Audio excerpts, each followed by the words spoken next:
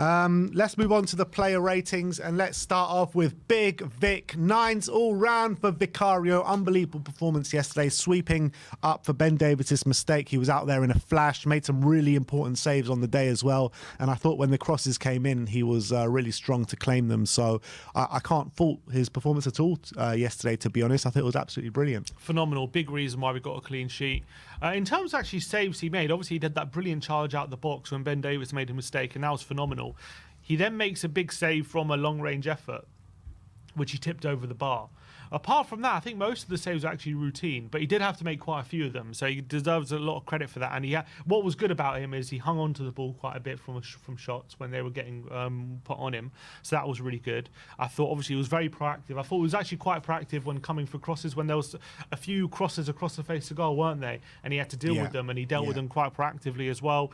And as well, I thought his on-the-ball play was actually a bit better in this one. He actually looked, that moment where he charged out from his box, he actually looked a lot more comfortable on the ball than I've seen him in other games. So that was really, really impressive as well. I just thought he did everything perfectly. So phenomenal performance from Vicario. So he gets a 9 on 10. Archie Gray, 7 from 6, 7 from Sim, 8 from me. I thought this was his best display in a Spurs shirt. Yeah, I thought we did have a bit of trouble down his end. Their left back was causing us quite a few problems down that side, but I think the stat goes, nobody won more possession in our defensive third than Archie Gray yesterday. In the whole of Europa League, I think it is. In the whole of Europa League, is it? Wow. Isn't it?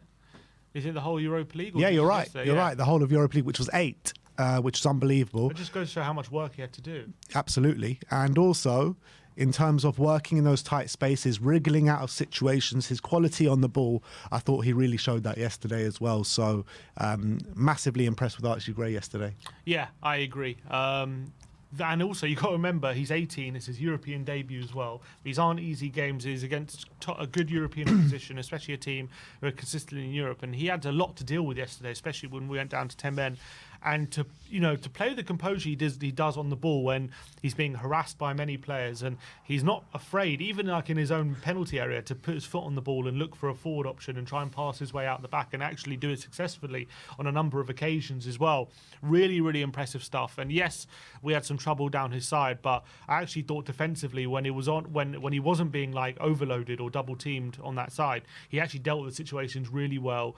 When crosses came in, he was tucking in and getting clearances and winning possession back effectively. And as you say, he won possession back more than anyone else in Europe yesterday, which goes to show how much good work he did. So I thought it was a really strong display from Gray at right back. So well played to him. You could just see like why Spurs have spent so much money on him and why we believe in him so much, because at the age of 18, to show that confidence on the ball, I think is absolutely brilliant. Let's move on to Radu Dragusin. Sim gives him a 2. I gave him a 1. Obviously gets sent off in the 7th minute. I thought it was absolutely disastrous and really put the team under it, to be honest. And I'm not sure why you've given him a 2. Why did he get a 2? The only reason I gave him a 2 and not an absolute 1 is because I think it should be acknowledged that it wasn't... as much as it was obviously majorly his fault for what happened, I think the team as well has to take a bit of responsibility for putting him in that situation. So I didn't give him a 1. I gave him a 2, but obviously 2 is still a shocking rating. And he does make 2 mistakes. He gets caught and then he drags him down when he That's why you're giving him a 2 for 2 mistakes. 2 for 2 mistakes, exactly. So.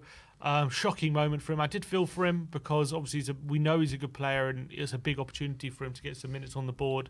And we know that because we got Romero and Van der Ven, his limits in the Premier League are very much limited. So I think I felt for him that the game went that way for him.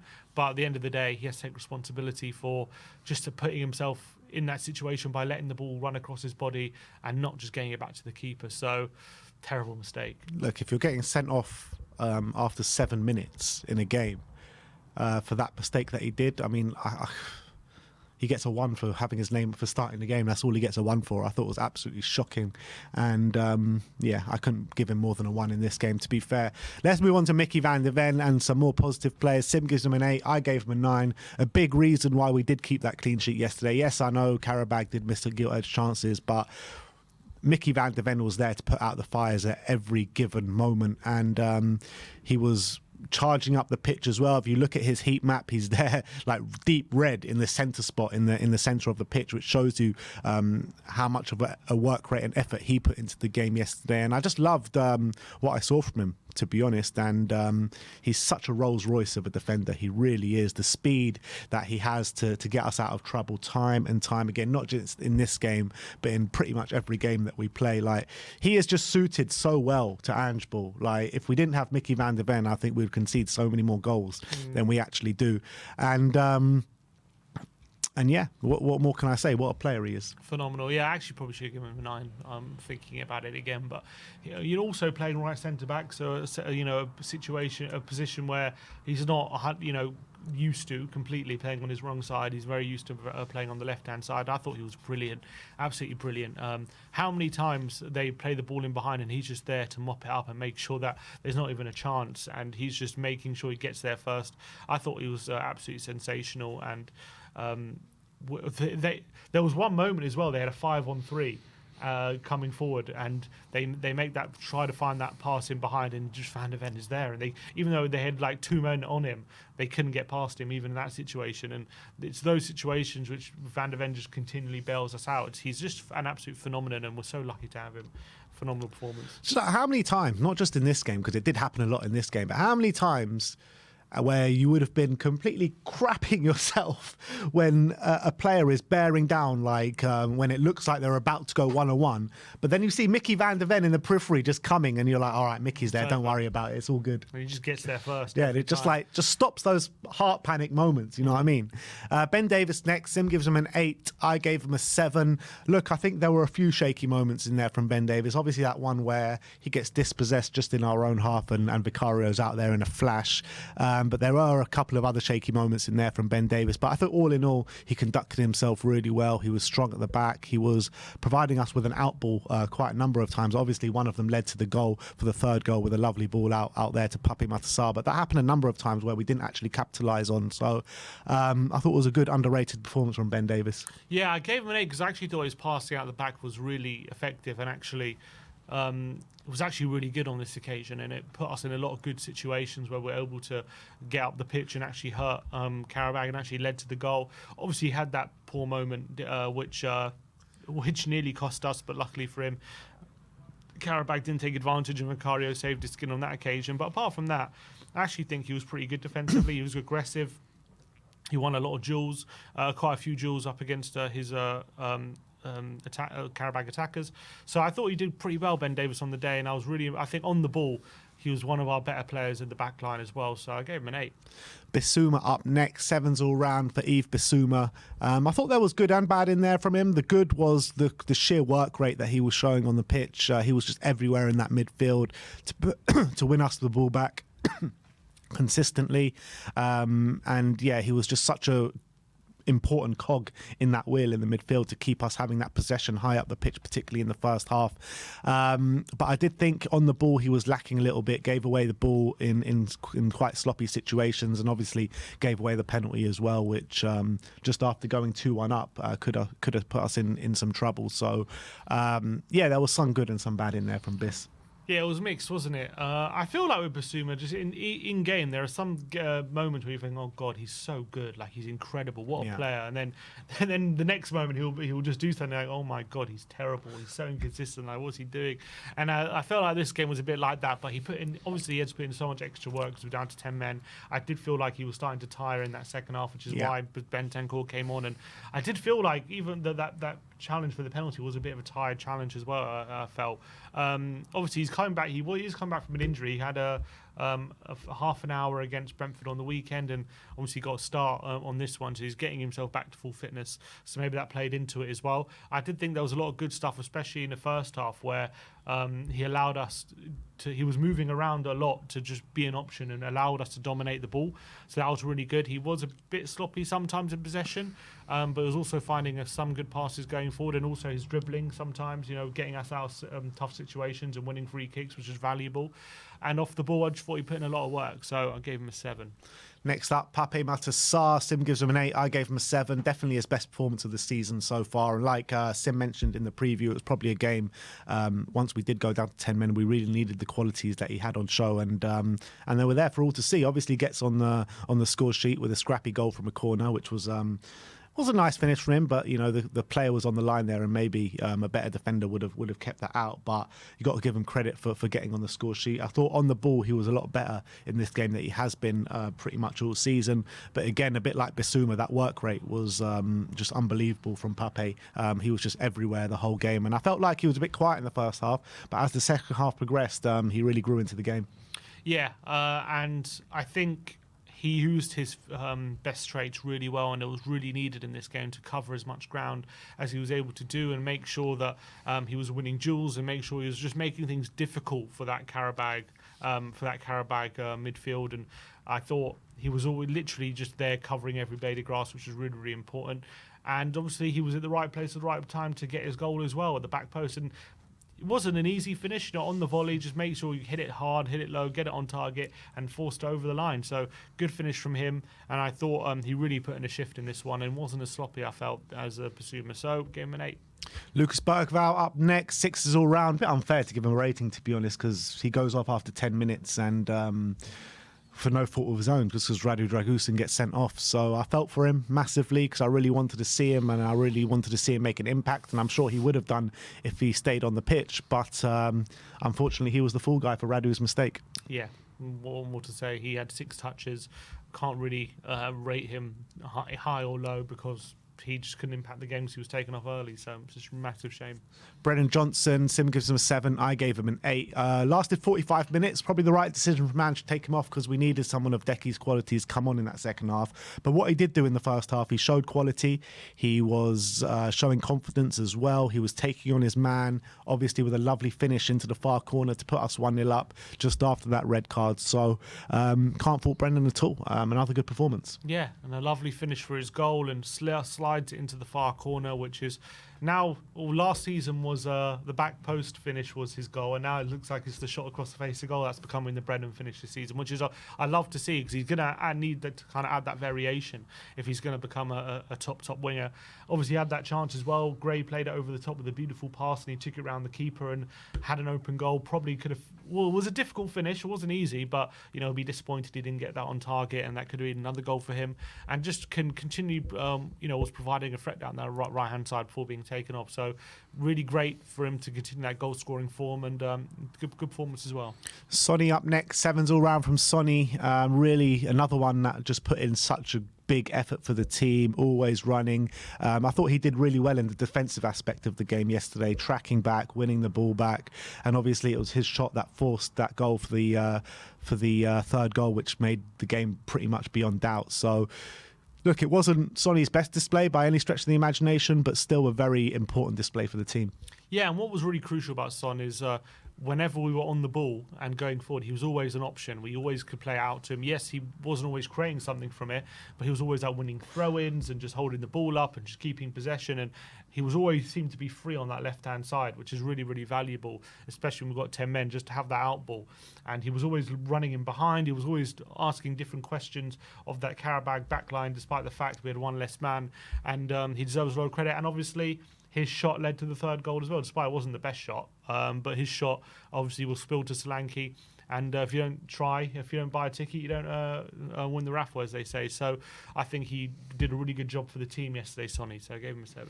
Yeah, and I felt like in the second half as well, he was able to get more in those shooting positions. He was drifting inside a bit more to ask more questions of the Qarabag defence. Obviously, he goes off. I don't know. It was a bit of a strange situation, wasn't it? Because he goes down. Then he goes over to his teammates to celebrate, and then Ben Davies is telling him to go down again, and then he gets taken off. So I'm not sure really what happened there. Yeah. Is he injured? Is he fatigued? I guess we'll find out in the press conference later on today.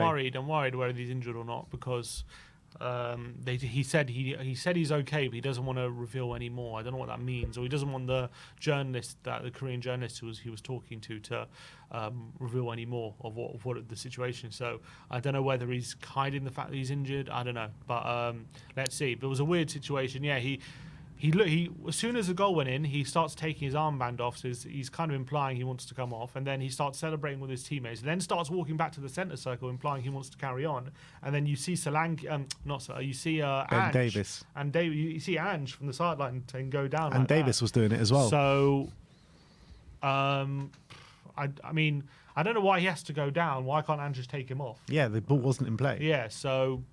It's a bit of a peculiar situation. Obviously, the medical staff came over to him, and he did walk off. He wasn't carried off or anything. So let's hope he's okay. We'll have to wait and see. Yeah, Ange said after in his press conference that he was feeling tired and he was running after the game, so he didn't seem injured. He was running after the game. That's what he said in his press conference, or something along like that. Or he was running or something. He said maybe he was talking about when he ran over to the celebrations. Okay. I don't know. Big Dom Solanke, last of the starting 11. Sim gives him an 8. I gave him a 9. The sheer work rate from this guy is just incredible.